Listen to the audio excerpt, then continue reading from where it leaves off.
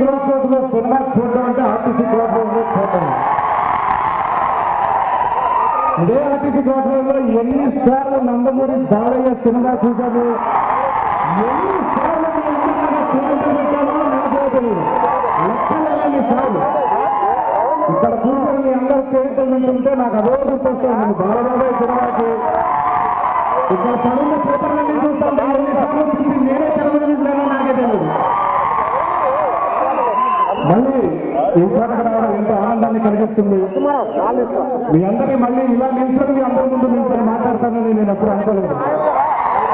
మొన్న మధ్య నాకు జరిగిన ఒక ఘోర రోడ్డు ప్రమాదం ద్వారా సినిమా కొంచెం బ్రేక్ అయిందే తప్ప అభిమానంతో నా అనుబంధం ఎప్పుడు బ్రేక్ అవ్వదు. మీ అందరి ఆశీస్సుల వల్ల, మీ అందరి ఆదరణ వల్ల ఒక తల్లి కడుపున పుట్టలేదు, రక్తం పంచుకొని పుట్టలేదు, అభిమానం ఒక్క చిన్న ఒక్క అనుబంధంతో నన్ను ఇంతగా ఆశ్రయిస్తున్నారు, ఇంత ఆశీర్వదిస్తున్నారు, ఇంత అనురాగాన్ని చూపిస్తున్నారు. ఏ జన్మలో మీ అందరూ రెండో తీర్చుకుంటానో తెలియదు, తప్పకుండా తీర్చుకుంటాను ఏదో రోజు.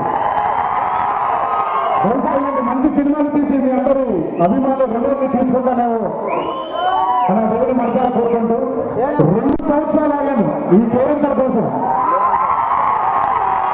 ఈ రోజు దొరికింది. కడుపు ఆకలిగా ఉన్నప్పుడు మీ అందరూ కలిసి సినిమాను ఆదరించి కడుపు నిండా భోజనం పెట్టారు. 2 సంవత్సరాల నాతో పాటు మీరు ఆగారు. ఈ రోజు మీ అందరి కడుపు నిండుతని నేను అనుకున్నా. నిండుతారా? బాగా నిండేసినట్టుంది, ఎనర్జీ బాగుంది మీ అసలు. అలాగే ఏ జన్మలో చేస్తున్న రెండవ ఇలాంటి శ్రేయోభిలాషులందరూ నాకు చదువుతున్నారు, నా దగ్గరకు వస్తున్నారు, నాతో ఉంటున్నారు. ఒక తల్లి కడుపున పుట్టకపోయినా మా వినయ్ అన్న హ్యాట్రిక్ సాధించేశాడు. ఆదితో మొదలెట్టాడు, సాంబత 2 ఇప్పించాడు, అదృష్టం 3 ఇప్పించాడు.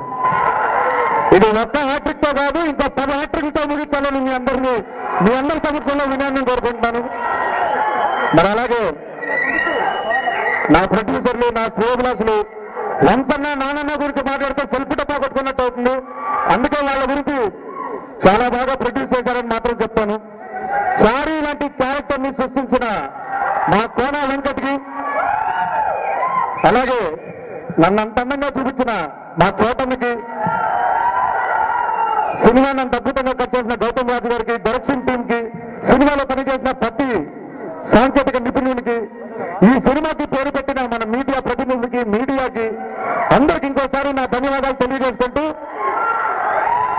ఇలా కాదు ఏమిటయ్యా సాంత నాటకాలయ్యా కానీ ఆర్టీసీ క్లాస్ లో మనందరూ కలిసి ఇంకోసారి మీ అందరికీ శిరస్సు వంచుకొని పాదాభివందనం చేస్తూ సెలవు తీసుకుంటున్నాను. జై ఎన్టీఆర్. ఈ సినిమాకి సహకరించిన పోలీస్ డిపార్ట్మెంట్ కి, మరి అలాగే థియేటర్ యాజమాన్యానికి అందరికీ నా ధన్యవాదాలు తెలియజేసుకుంటూ